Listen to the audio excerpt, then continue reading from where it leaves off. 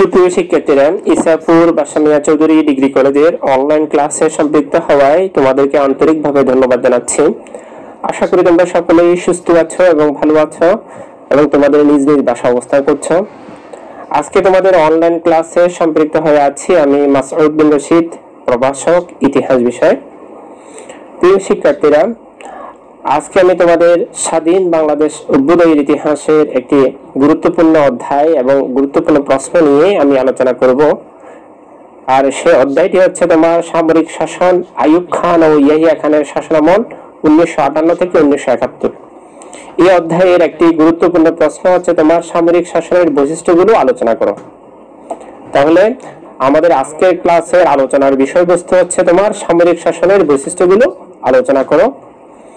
আর এই প্রশ্নটি তোমাদের পরীক্ষায় বিভিন্ন ভাবে আসতে পারে, যে সামরিক শাসনের বৈশিষ্ট্যগুলো উল্লেখ করো, অথবা সামরিক শাসনের বৈশিষ্ট্যগুলো বর্ণনা করো, বা সামরিক শাসনের প্রধান বৈশিষ্ট্যগুলো বিশ্লেষণ করো।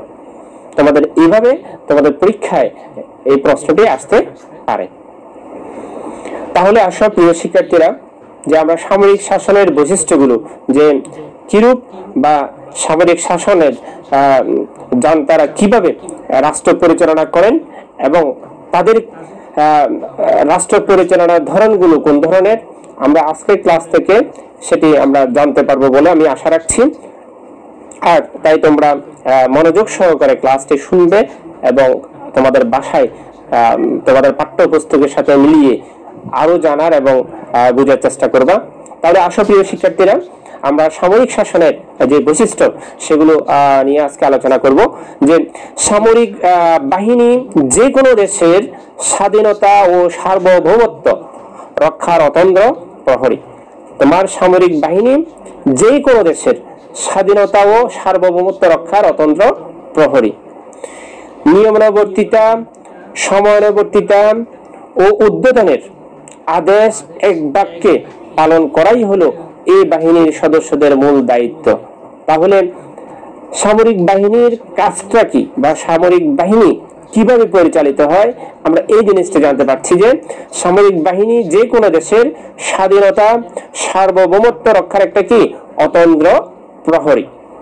তারা কি, তারা আমরা দেখতে পাই যে তারা নিয়মানুবর্তিতা, সময়ানুবর্তিতা এবং উদ্বোধনে যে কর্মকর্তারা রয়েছেন তাদের আদেশ এক বাক্যে তারা কি করেন, পালন করাই হলো এই বাহিনীর সদস্যদের মূল দায়িত্ব। দক্ষ সুশৃঙ্খল হওয়ার কারণে এই বাহিনী যখন ক্ষমতা আসে তখন এর তড়িৎ কিছু পদক্ষেপ জনজীবনের সকল ক্ষেত্রে এক ধরনের ভীতিবোধ থেকে দায়িত্ব পালনের প্রণোদনা সৃষ্টি হয়। সামরিক শাসক তারা হীনস্বার্থ চরিতার্থ করতে গণতন্ত্রকে হটিয়ে রাষ্ট্রীয় ক্ষমতা দখল করেন। দীর্ঘস্থায়ী সামরিক শাসনে দেশের উন্নয়নের চেয়ে ক্ষতি কি হয়, তোমার বেশি হয়। তাহলে সামরিক শাসনের ধরনটা কেমন, সামরিক শাসকরা কি রূপ হয়, এই জিনিসটা আমরা মোটামুটি আজকে জানতে পারলাম। এখন আসো তাদের বৈশিষ্ট্যগুলো কেমন হবে, আমরা এটা নিয়ে আলোচনা করব। যে সামরিক শাসনের বৈশিষ্ট্য সমূহ, যে সামরিক শাসনের প্রকৃতি ও বৈশিষ্ট্য সব রাষ্ট্রে একরকম নয়। তাহলে সামরিক শাসনের যে প্রকৃতিটা, সামরিক শাসনের যে বৈশিষ্ট্যটা, যে সারা পৃথিবীর সকল রাষ্ট্রে যে একরকম হবে এমন নয়। তাহলে কেমন হয়, রাষ্ট্রভেদে সামরিক শাসনের বৈশিষ্ট্য হচ্ছে ভিন্ন ভিন্ন হতে পারে। যে রাষ্ট্রভেদে রাষ্ট্রীয় অবস্থার উপর নির্ভর করে এক একটা রাষ্ট্রে এক এক ধরনের কি হবে, সামরিক শাসন হয়ে থাকে। এটি নির্ভর করে রাষ্ট্রের আর্থসামাজিক অবস্থান, অর্থাৎ সামরিক শাসকরা তাদের যে বৈশিষ্ট্য রয়েছে এটা নির্ভর করে তোমার এটি নির্ভর করে তোমার রাষ্ট্রের আর্থসামাজিক অবস্থান। তারপর তোমার রয়েছে বেসামরিক প্রতিষ্ঠানের প্রসার, রাজনৈতিক কাঠামোর কার্যকারিতার উপর। তবে সামরিক নিয়ন্ত্রণ ও হস্তক্ষেপের মধ্যে পার্থক্য থাকলেও সামরিক শাসনের কতিপয় অভিন্ন বৈশিষ্ট্য পরিলক্ষিত হয়। আমরা আজকে যেমন কয়েকটি পয়েন্ট আকারে সামরিক শাসনের বৈশিষ্ট্য সম্পর্কে আমরা জানবো। তার মধ্যে আমরা উল্লেখযোগ্য একটি পয়েন্ট বলতে পারি যে তোমার সংবিধান স্থগিতকরণ। যে সামরিক শাসনের আমরা একটা অন্যতম পয়েন্ট বা অন্যতম বৈশিষ্ট্য আমরা বলতে পারি যে সংবিধান কি স্থগিতকরণ। দেখো তাহলে প্রিয় শিক্ষার্থীরা, যে সংবিধান স্থগিতকরণ সেটা হচ্ছে কি, দেশের প্রচলিত সংবিধানকে স্থগিত করে একটি দেশের প্রচলিত সংবিধানকে স্থগিত করে সামরিক শাসক তার শাসন কার্য কি করে শুরু করে। যে একটা দেশের প্রচলিত সংবিধানকে তারা স্থগিত করে সামরিক শাসন তার শাসন কার্য শুরু করে। অনেক ক্ষেত্রে সংবিধান স্থগিতের পরিবর্তে চালু করা হয় সামরিক অধ্যাদেশ। যে অনেক ক্ষেত্রে দেখা যায় যে সংবিধানকে স্থগিত করে পরবর্তীতে তারা আবার চালু করে কি যে সামরিক একটা অধ্যাদেশ তারা চালু করে থাকে। সামরিক শাসক বিভিন্ন সময়ে যে সামরিক ফরমান জারি করে সেই ফরমান বা সামরিক অধ্যাদেশ সাংবিধানিক আইনের স্থান দখল করে।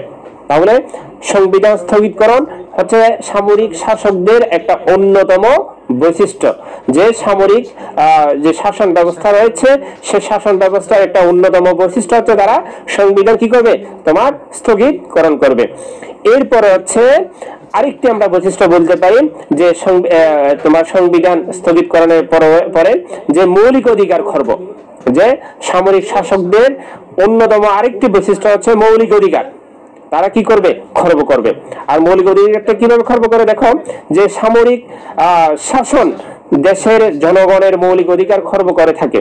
সামরিক শাসন দেশের জনগণের মৌলিক অধিকার খর্ব করে থাকে। এই শাসন নাগরিকের চিন্তার স্বাধীনতা, মতামত প্রকাশের স্বাধীনতা, সমাবেশের স্বাধীনতা সহ সকল প্রকার রাজনৈতিক, সামাজিক ও সাংগঠনিক অধিকার খর্ব করে। তাহলে মৌলিক অধিকারটা কিভাবে খর্ব করে তোমার সামরিক শাসন দেশের জনগণের মৌলিক অধিকার খর্ব করে থাকে। এক কথায় যে তারা সামরিক শাসকরা ক্ষমতায় এসে দেশের জনগণের যে মৌলিক অধিকার রয়েছে সেই মৌলিক অধিকার কি করবে তারা খর্ব করবে। আর এখানে মৌলিক অধিকার বলতে আমরা যেটা জানি যে এই শাসন নাগরিকের চিন্তার স্বাধীনতা, নাগরিকদের চিন্তার স্বাধীনতা, তারপর তোমার মত প্রকাশের স্বাধীনতা, সমাবেশের স্বাধীনতা সহ সকল প্রকার রাজনৈতিক, সামাজিক ও সাংগঠনিক অধিকার খর্ব করে থাকে। প্রিয় শিক্ষার্থীরা, এরপরে আমরা তোমার সামরিক শাসনের অন্যতম আরেকটি বৈশিষ্ট্য আমরা বলতে পারি যে বিচার ব্যবস্থার পরিবর্তন। বিচার ব্যবস্থার পরিবর্তন, যে বিচার ব্যবস্থার পরিবর্তনটা কিভাবে হয়, যে বিচার ব্যবস্থার পরিবর্তন বলতে সংবিধান স্থগিত হওয়ায় দেশের সিভিল আইন ও আদালতগুলো স্থগিত হয়ে যায়। তোমার একটা সংবিধান, রাষ্ট্রের সংবিধান যখন স্থগিত হয়ে যায় তখন সেই রাষ্ট্রের কি হয় একটা সিভিল আইন, সেই রাষ্ট্রের তোমার সিভিল আইন ও আদালতগুলো স্থগিত হয়ে যায়।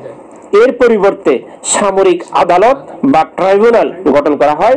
সকল ফৌজদারি ও দেওয়ানি মামলা সামরিক আদালতের মাধ্যমে নিষ্পত্তি হয়, অথবা ক্ষেত্র বিশেষ সিভিল আদালতগুলো মিলিটারি আইন অনুযায়ী বিচার কার্য পরিচালনা করে থাকে। তবে সামরিক আদালতের রায় অন্যান্য আদালতের উপর গুরুত্ব পায়।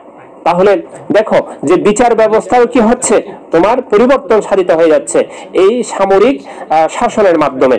যে একটা রাষ্ট্রের যে একটা নাগরিকের যে একটা অধিকার রয়েছে বিচার পাওয়ার অধিকার, এই বিচার পাওয়ার অধিকারটা সামরিক শাসকদের উপর, সামরিক আদালতের উপর কি হয়ে যাচ্ছে অনেকটা নির্ভরশীল হয়ে যাচ্ছে। তাহলে বিচার ব্যবস্থাটাকে কি হয়ে যাচ্ছে ভেঙে যাচ্ছে এই সামরিক শাসনের ফলে। কারণ হচ্ছে কি তোমার সংবিধান স্থগিত হওয়ার ফলে তোমার সিভিল আইন ও আদালতগুলো কি হয়ে যাচ্ছে স্থগিত হয়ে যাচ্ছে, এবং ফৌজদারি ও দেওয়ানি মামলা সামরিক আদালতের মাধ্যমে সেটা নিষ্পত্তি হয়, অথবা তোমার ক্ষেত্র বিশেষ সিভিল আদালতগুলো মিলিটারি আইন অনুযায়ী কি হচ্ছে তোমার বিচার কার্য পরিচালনা করে থাকে। তবে সামরিক আদালতে রায় ও অন্যান্য আদালতের মধ্যে কি হয় তোমার উপর গুরুত্ব বেশি পায়। এরপরে আসো আরেকটি যে আমরা বৈশিষ্ট্য বলতে পারি যে আমলাতান্ত্রিক জটিলতা।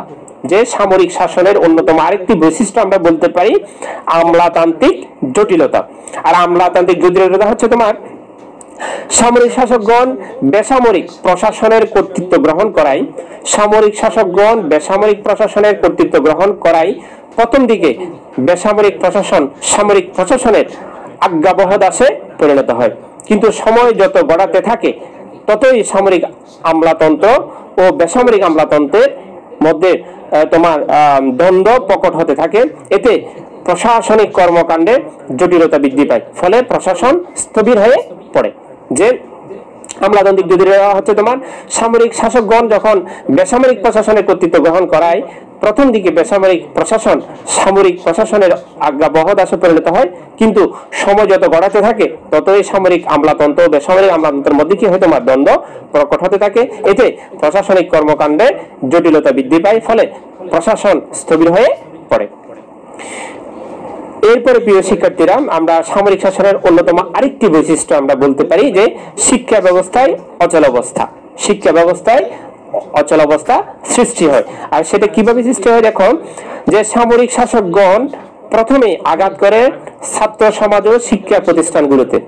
তাহলে আমরা দেখতে পাচ্ছি যে সামরিক শাসকগণ যখন ক্ষমতায় অধিষ্ঠিত হন তখন তারা কি করেন, সর্বপ্রথম যে জায়গায় আঘাত করেন সেটা হচ্ছে ছাত্র সমাজ ও শিক্ষা প্রতিষ্ঠানগুলোতে কি করে আঘাত করে। কেননা সামরিক শাসনের বিরুদ্ধে ছাত্ররাই প্রথম রুখে দাঁড়ায়। যে আমরা ইতিহাস থেকে আমরা জানতে পারি, ইতিহাস থেকে আমরা যেটা অনুধাবন করতে পারছি সেটা হচ্ছে সামরিক শাসনের বিরুদ্ধে সর্বপ্রথম যদি কেউ দাঁড়ায় সেটা হচ্ছে তোমার ছাত্র সমাজেই প্রথম কি করে দাঁড়ায়। এই জন্য সামরিক শাসকরা ক্ষমতায় অধিষ্ঠিত হয়ে তারা প্রথম ছাত্র সমাজ এবং শিক্ষা প্রতিষ্ঠানের উপর কি করে আঘাত আনে। আর সামরিক বাহিনী এই আন্দোলন বন্ধ করতে বিভিন্ন অজুহাতে শিক্ষা প্রতিষ্ঠান বন্ধ করে দেয়, যার ফলে শিক্ষা ব্যবস্থা কি হয়, বিপর্যস্ত হয়ে পড়ে। এরপরে আমরা সামরিক শাসনের অন্যতম আরেকটি বৈশিষ্ট্য আমরা বলতে পারি যে সমর্থক গোষ্ঠীর সৃষ্টি। সমর্থক গোষ্ঠীর সৃষ্টি সেটা হচ্ছে তোমার সামরিক শাসকগণ তাদের শাসন ব্যবস্থার বৈধতা প্রমাণের উদ্দেশ্যে, সামরিক শাসকগণ তাদের শাসন ব্যবস্থার বৈধতা প্রমাণের উদ্দেশ্যে দেশের বুদ্ধিজীবী শ্রেণী থেকে শুরু করে সমাজের প্রভাবশালী দেশের মধ্যে তাদের কি হয়, সমর্থক শ্রেণী তৈরি করার জন্য বিপুল অর্থ ও সুযোগ সুবিধা প্রদান করেন। এইসব সুবিধা প্রাপ্ত ব্যক্তিরা ধীরে ধীরে সমাজে একটি প্রভাবশালী শ্রেণীতে পরিণত হয়, যারা নিজেদের গোষ্ঠী সামর্থ্যেই কি হয়, সামরিক একনায়কতন্ত্রের উজ্জ্বল ভাবমূর্তি তৈরি ও বিভিন্ন গুণকীর্তন করে এক ধরনের তোমার মিথ তৈরি করে। যে সামরিক বাহিনীরা কি করেন, যখন তারা সামরিক শাসন পরিচালনা করেন বা সামরিক ক্ষেত্রে অধিষ্ঠিত হন তখন তারা এক ধরনের সমর্থক গোষ্ঠী তারা সৃষ্টি করে। আর এই সমস্ত গোষ্ঠীর সৃষ্টির মাধ্যমে তারা তাদের ক্ষমতাকে স্থায়ী করার জন্য, দীর্ঘায়িত করার জন্য তারা বিভিন্ন ধরনের অপকৌশল সৃষ্টি করেন এবং অপকৌশল তৈরি করে সেই অপকৌশলের মাধ্যমে একটা সুবিধাভোগী শ্রেণী তৈরি করে তাদেরকে বিপুল পরিমাণ অর্থ বিভিন্ন ধরনের সুযোগ সুবিধা প্রদান করে থাকেন। এবং এইসব সুবিধা প্রাপ্ত ব্যক্তিরা ধীরে ধীরে সমাজের একটি প্রভাবশালী শ্রেণীতে পরিণত হয়, যারা নিজেদের গোষ্ঠী স্বার্থে সামরিক এক নায়কের উজ্জ্বল ভাবমূর্তি তৈরি ও বিভিন্ন গুণকীর্তন করে এক ধরনের নীতি করে তৈরি করে। এরপরে আমরা সামরিক শাসনের অন্যতম আরেকটি বৈশিষ্ট্য আমরা বলতে পারি যে রাজনৈতিক সংস্কৃতির বিকাশ বাধাগ্রস্ত। যে রাজনৈতিক সংস্কৃতির কি করা হয়, বিকাশে বাধাগ্রস্ত করা হয়। আর সেটা হচ্ছে তোমার সামরিক সরকার অবৈধ ও অসাংবিধানিক অস্ত্রের জোরে এই সরকার ক্ষমতায় অধিষ্ঠিত থাকে বিদায় যে কোনো গণ আন্দোলনকে সামরিক সরকার ভয় পায়, যার ফলে গণতন্ত্রের চর্চাকে উৎসাহিত করা হয় না। সামরিক জান্তার বিরুদ্ধে সকল প্রকার সমালোচনা ও বিরোধিতার কঠোর হস্তে দমন করা হয়, ফলে সুষ্ঠু রাজনৈতিক সংস্কৃতির বিকাশ কি হয় তোমার বাধাগ্রস্ত হয় বলে আমরা সেটা অনুধাবন করতে পারি। এবং সামরিক যে সরকার রয়েছে, সামরিক শাসন যে রয়েছে, সেই সরকারের অন্যতম একটা সেটা বৈশিষ্ট্য যে রাজনৈতিক সংস্কৃতি কি করা তোমার বিকাশে বাধাগ্রস্ত করা। তাহলে প্রিয় শিক্ষার্থীরা, আজকের আলোচনা থেকে আমরা সামরিক শাসনের যে বৈশিষ্ট্যগুলো রয়েছে তার মধ্যে আমরা অন্যতম কয়েকটি বৈশিষ্ট্য আজকের ক্লাসে আমরা আলোচনা করেছি এবং আরো কিছু বৈশিষ্ট্য রয়েছে সেগুলো আমরা পরবর্তী ক্লাসে আলোচনা করব।